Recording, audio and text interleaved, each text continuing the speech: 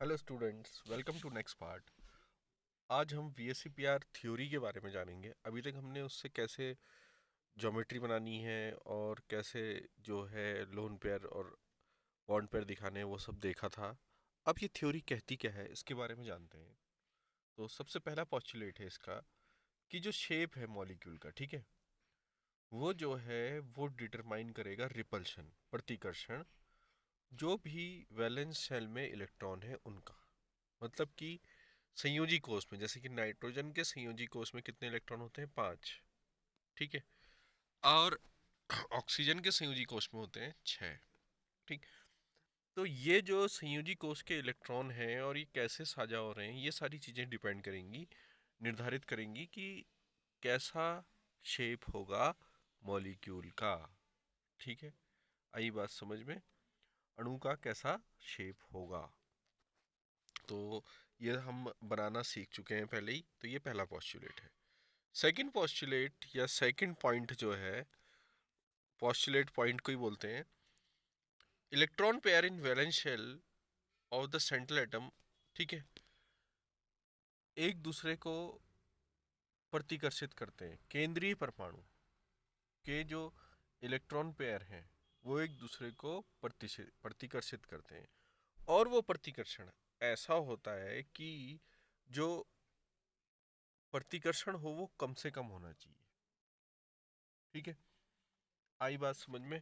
कि जो संयोजी कोष के जो इलेक्ट्रॉन पेयर हैं, सपोज 2 इलेक्ट्रॉन पेयर हैं, तो वो 180 के एंगल में रह करके एक दूसरे को सबसे कम प्रतिकर्षित करेंगे।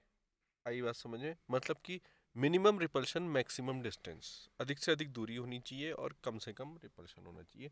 इस तरीके से अलाइन रहने चाहिए। क्लियर? 3 होगा तो 120 के कोण में हो जाएगा, 2 होगा तो 180 में हो जाएगा, जैसे यहाँ पर दिख रहा है। और क्या होगा? रेखीय होगी। ठीक है, लीनियर होगी या रेखीय होगी ज्यामिति 2 में। 3 में मैंने से ये सब आपको चार्ट अच्छे से बता रखा है। आगे बढ़ते हैं। तीसरा पॉस्टुलेट है लोन पेयर ऑफ इलेक्ट्रॉन।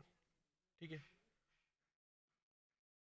ज्यादा स्पेस लेते हैं, एकल एकांकी युग्म ज्यादा स्पेस लेते हैं सेंट्रल एटम के चारों ओर, in comparison of bond pair, बंध पेयर के।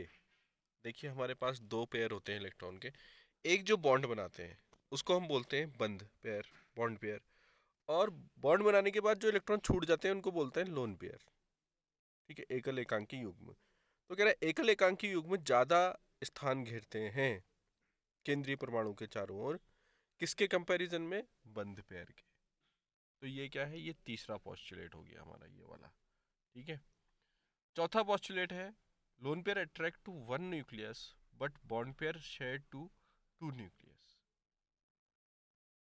लोन पेयर एकांकी युग्म जो है वो केवल एक नाभिक से अट्रैक्ट रहता है, जबकि बंद पेयर, क्योंकि उनने बॉन्ड बना दिया है, तो बॉन्ड पेयर जो है वो तो 2 नाभिक के बीच में बनता है, तो वो 2 नाभिक से शेयर्ड रहता है। कौन सा? Bond pair. और लोन पेयर या एकल एकांकी युग्म एक नाभिक से शेयर रहता है। ठीक है। लास्ट जो पॉइंट है इसमें वो है आपका the minimum repulsion to the state minimum energy and maximum stability of the molecule. ठीक है, जो हमारी अवस्था है मिनिमम रिपल्शन की, सबसे कम प्रतिकर्षण की जो अवस्था है, ठीक है, वो क्या रहती है? अगर हमारा प्रतिकर्षण कम होगा तो ऊर्जा भी कम होगी, प्रतिकर्षण कम होगा ऊर्जा कम होगी, तो स्थायित्व ज़्यादा होगा। इस चीज़ को हमें ध्यान में रखना है कि अगर एनर्जी कम है तो स्थायित्व ज़्यादा है। तो यह हम कह सकते हैं कि वीएसीपीआर के अकॉर्डिंग ये बात है कि जो मॉलिक्यूल है, ठीक है, जो अणु है, वो क्या करता है? वो मिनिमम रिपल्शन में रहना चाहता है, क्योंकि और मिनिमम रिपल्शन में रहेगा तो उसको कम से कम ऊर्जा रहेगी उसकी। ठीक है, और कम से कम ऊर्जा किस चीज़ को राइज करती है, किस चीज़ को दिखाती है? अधिक से अधिक स्थायित्व को। तो जिसकी ऊर्जा सबसे कम होगी उतना ज़्यादा स्थायी होगा। क्लियर? तो ये कुछ पॉस्टुलेट्स थे वीएससीपीआर थ्योरी के।